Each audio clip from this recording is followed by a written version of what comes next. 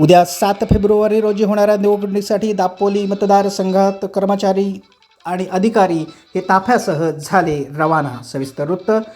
उद्या 7 फेब्रुवारी रोजी जिल्हा परिषद आणि पंचायत समितीच्या निवडणुका संपूर्ण महाराष्ट्रभर होत असताना दापोली तालुका मतदारसंघात दापोली पंचायत समिती अंतर्गत होणाऱ्या या निवडणुकीत एकूण 6 जिल्हा परिषद विभाग आणि 12 पंचायत समिती निर्वाचन गणामध्ये निवडणूक होत आहे. याकरता 213 मतदार केंद्रांची निर्मिती करण्यात आली असून आज सकाळपासूनच या केंद्रांवर जाण्याकरता अधिकारी आणि कर्मचाऱ्यांचा ताफा हा रवाना होऊ लागला आहे. यासाठी एकूण 936 अधिकारी आणि कर्मचारी हे काम पाहणार असून 213 शिपाई आणि 287 पोलीस कर्मचाऱ्यांची नियुक्ती करण्यात आली आहे. याप्रमाणे 213 मतदार केंद्रांवर प्रत्येक एक कंट्रोल युनिट आणि एक बॅलेट युनिट देण्यात आलं आहे.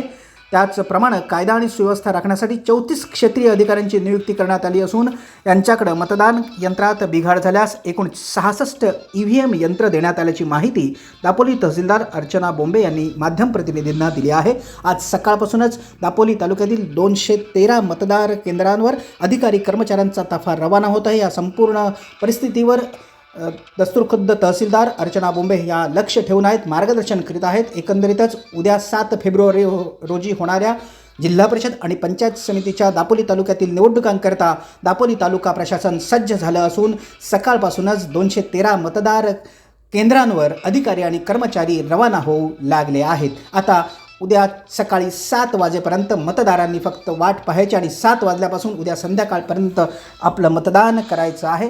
याकरता दापोली तालुका प्रशासन सज्ज झालं आहे. विशेष प्रतिनिधी सलीम रखांग आणि प्रशांत परांजपेसह निवेदिता, फास्ट न्यूज दापोली.